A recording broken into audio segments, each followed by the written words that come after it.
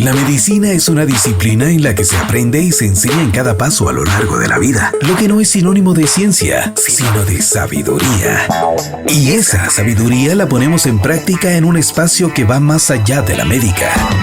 Somos más que medicina, tu espacio seguro. Un programa que presenta el arte y cultura, promoción de la salud, prevención de la enfermedad, historia de la medicina desde otra perspectiva. Somos más que medicina, tu espacio seguro, porque la medicina sigue siendo un arte. Bienvenidos. Bienvenidos al programa Somos más que medicina, en su segmento Discapacidad 101. Hoy vamos a atender el tema de la Asociación de Estudiantes con Discapacidad, ACEDIS, que funciona dentro de la Universidad San Carlos de Guatemala. Voy a permitir darles algunas referencias que me parecen oportunas para este tema, ¿sí? La Asociación de Estudiantes con Discapacidad se estableció el 16 de agosto del 2016 como un grupo de discusión que estaban tratando de analizar el tema de la discapacidad dentro de la Universidad San Carlos.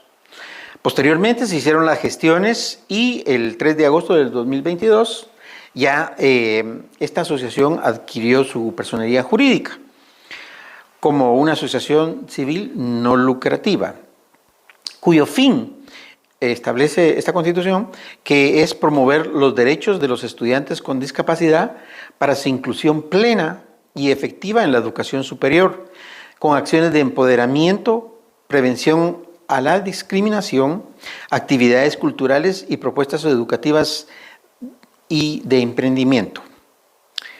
Ok, vamos a abordar entonces ahora el tema del propósito y los aportes de ACEDIS a el grupo de personas estudiantes con discapacidad de la Universidad de San Carlos. ACEDIS surgió como una respuesta precisamente a la sección institucional y las necesidades de los estudiantes con discapacidad, que son diversas y afectan en diferentes maneras, ¿verdad? Hay mucho desconocimiento del tema y a pesar de que en el 2014 se habían establecido las políticas en discapacidad, que lo hemos visto ya en un programa anterior, la aplicación real de estas políticas pues no se ha visto, inclusive hasta la fecha, totalmente efectivas. De esa cuenta, entonces surge ACEDIS como la voz del estudiante con discapacidad, precisamente para poder trasladar las inquietudes, porque las discapacidades son diversas. Entonces, hay diferentes enfoques y diferentes realidades que se están viviendo.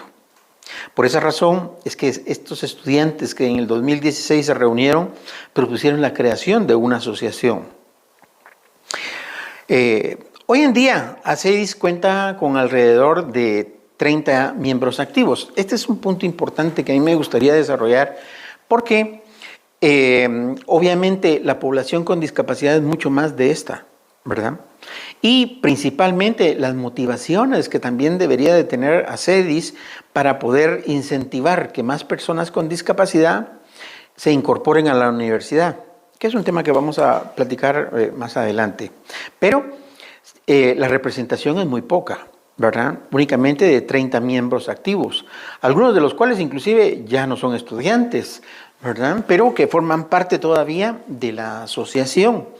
Entonces, la asociación pues, no ha logrado concretar totalmente sus fines por diversos motivos que vamos a ir analizando a lo largo del programa. Entonces, esta acción que efectuaron los compañeros en el 2016 demuestra que el liderazgo estudiantil con discapacidad es posible y necesario, ¿verdad? Y también nos recuerda que aún hay muchas personas que podrían beneficiarse en este espacio, algo que se ha tratado de hacer promoviendo diferentes situaciones. Y es bien interesante porque aquí se dan algunos hechos que inclusive han sido objeto de investigación. Y es como, por ejemplo, hay diferentes niveles de comprensión y de comunicación dentro de las mismas personas con discapacidad. No digamos de este colectivo con los catedráticos y personal administrativo. Entonces, hay diferentes formas de interpretación. Por ejemplo, una persona sorda va a utilizar un lenguaje diferente para poder comprender los mensajes. Generalmente no pueden utilizar textos muy amplios, muy extensos, sino necesitan ser más condensados y no manejan tantos artículos como manejamos el resto de personas. Pero esa es solo una de las interpretaciones que pueden haber en el lenguaje. Porque también pueden haber otras que son importantes. Por ejemplo, el tema de cómo una persona con discapacidad visual percibe ciertas situaciones y las barreras que encuentra al momento de estar desarrollando su formación estudiantil, profesional, ¿verdad? Eso es interesantísimo, pero son hechos que nos afectan, ¿verdad? Entonces, hay situaciones bien complejas y vamos a empezar ahorita vamos a ver 3 casos.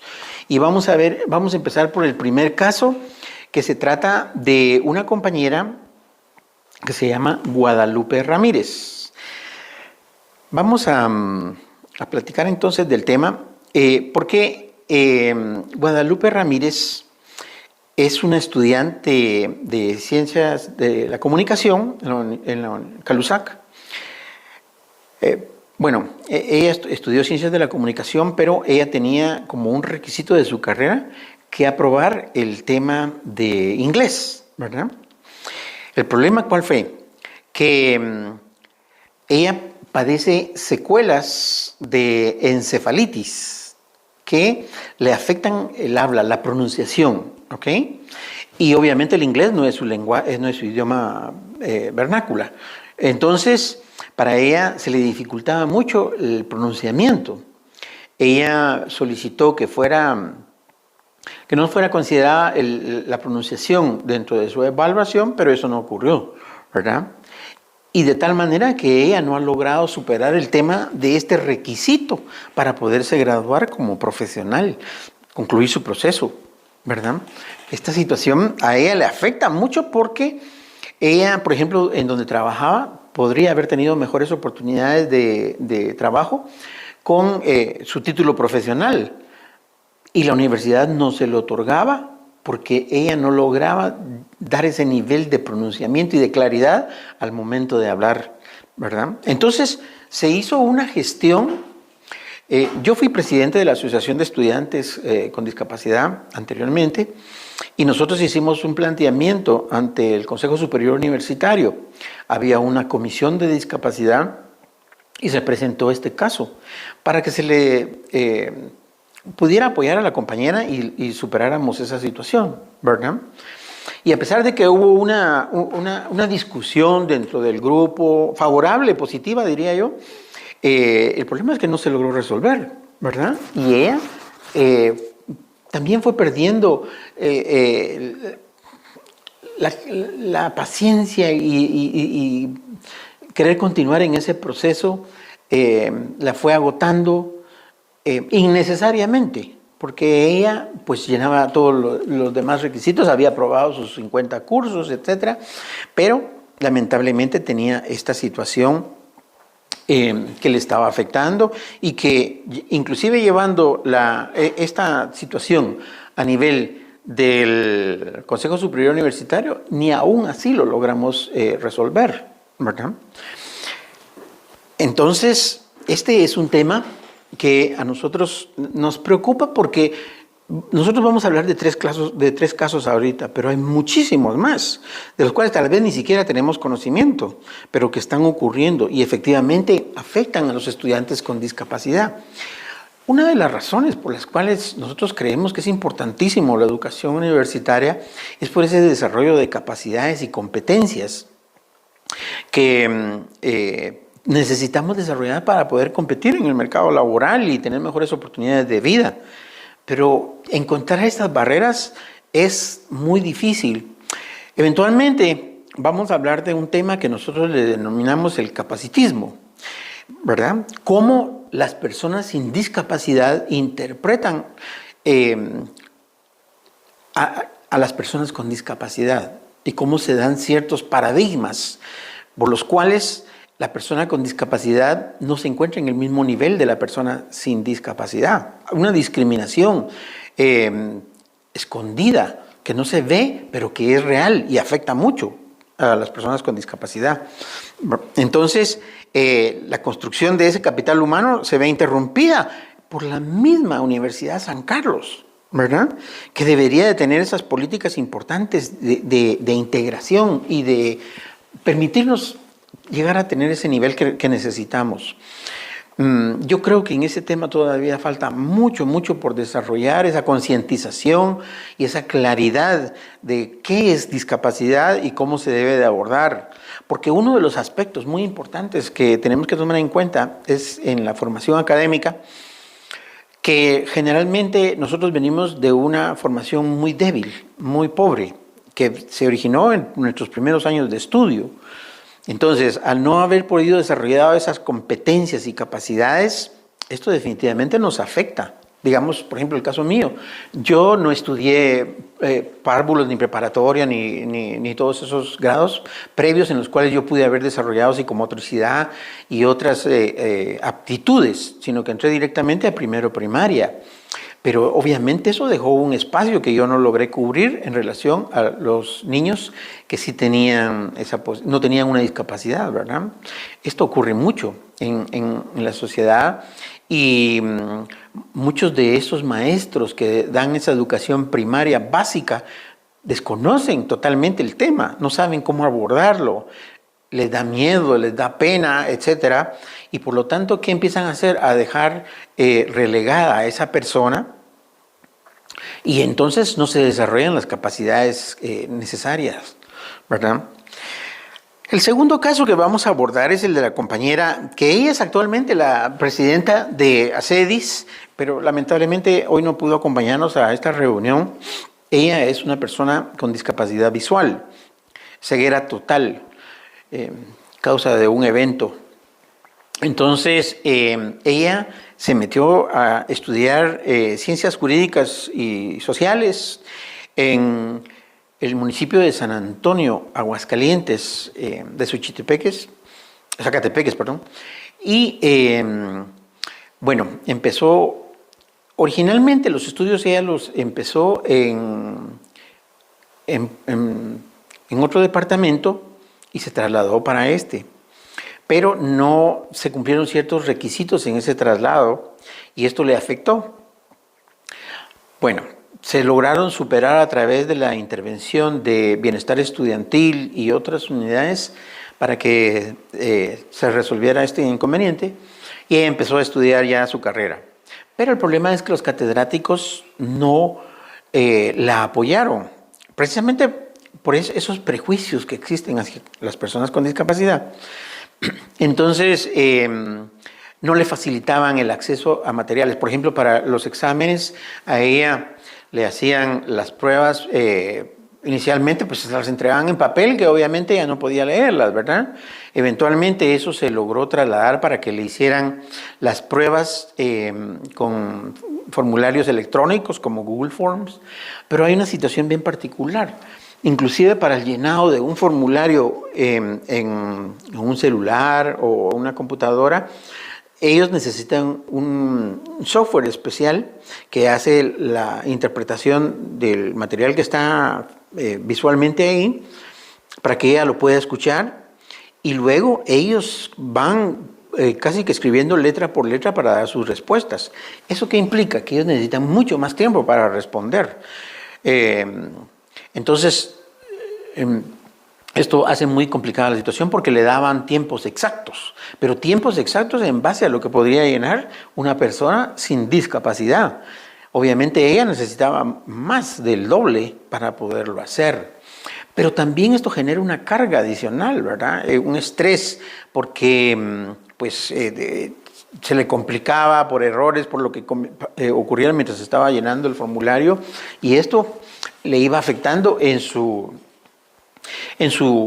respuesta, ¿verdad?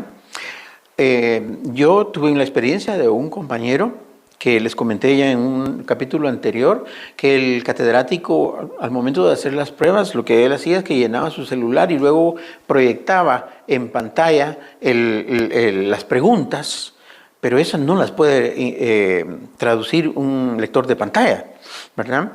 Pero él no comprendía esa situación, el catedrático, e inclusive era un poco exigente en los accesos, los tiempos de ingreso que tenía que cumplirse, pero no tomaba en consideración la dificultad que representaba para este compañero esta barrera arquitectónica, pero también actitudinal, porque el catedrático obviamente no entendía la dificultad, ¿verdad?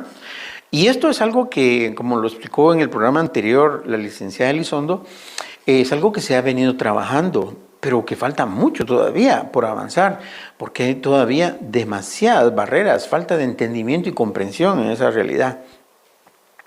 Bueno, finalmente la compañera Emily, después de hacer su reclamo, hicimos inclusive reuniones virtuales con los catedráticos y algunos se pusieron muy agresivos, ¿verdad? No querían realmente darle el apoyo que ella merecía, ¿verdad?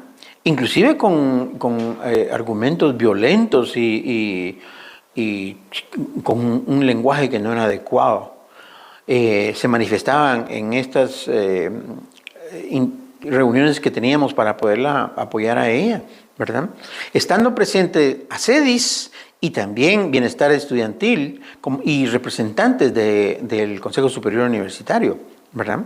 Habían catedráticos que realmente tomaban unas actitudes bien negativas en torno a ello. Finalmente, ante ese bloqueo, Emily accionó por la vía judicial con un amparo en el cual ella logró que le otorgaran con lugar el amparo y ordenaran a esta unidad académica que cumpliera con lo mínimo, ¿verdad? Es un caso emblemático a nivel de la universidad porque pues existe ya un precedente legal ante la Corte de Constitucionalidad de por qué las unidades académicas deben de cumplir con el tema, porque a pesar de que tenemos las políticas en discapacidad, también existe una convención sobre los derechos de las personas con discapacidad. Es un marco legal, jurídico, que se establece en un decreto legislativo. Entonces hay obligación legal de cumplirlo.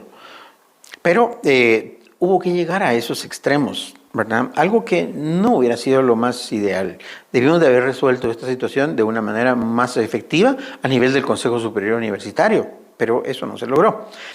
Ahora les quiero contar acerca de mi caso personal. Yo estudié en la Escuela de Ciencia Política. Los baños están para hombres en el segundo nivel y para mujeres en el primer nivel. Es un baño amplio el de las mujeres. Entonces, en algún momento yo les pedí favor a los directivos de la escuela y les digo que si podrían ellos hacer una modificación, ya que el baño era amplio, para dejar un espacio para personas con discapacidad y el resto para las mujeres, ¿verdad? Que implicaba ciertas modificaciones estructurales. Pero ellos me argumentaron que eso no era posible, ¿verdad? Porque el edificio es un edificio protegido y entonces pues ellos priorizaron un derecho cultural sobre un derecho humano, ¿verdad? Y la respuesta que me dieron para solventar mi problema es que yo podía ir a otra unidad donde yo podría utilizar los servicios sanitarios. Pero eso es incorrecto, porque eso atenta contra los derechos de la persona, ¿verdad? Impone una carga sobre la persona con discapacidad adicional y no se están respetando los derechos, pero tampoco hay comprensión de qué son ese ejercicio de derechos. Esas son situaciones, por decirle a ustedes, de 3 casos que nosotros tenemos documentados y que se estaban trabajando por medio de la Comisión de Discapacidad del Consejo Superior Universitario. Pero algo que nosotros pudimos identificar en todo este fenómeno era lo siguiente. 1, que a pesar de que existían las políticas en discapacidad, estas no tienen un mecanismo de monitoreo, ¿sí? Y que haga obligatorio su cumplimiento.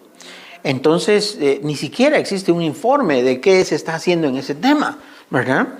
Entonces, estas políticas son descriptivas, es un documento que existe ahí, pero que en la práctica no se puede aplicar, ¿verdad?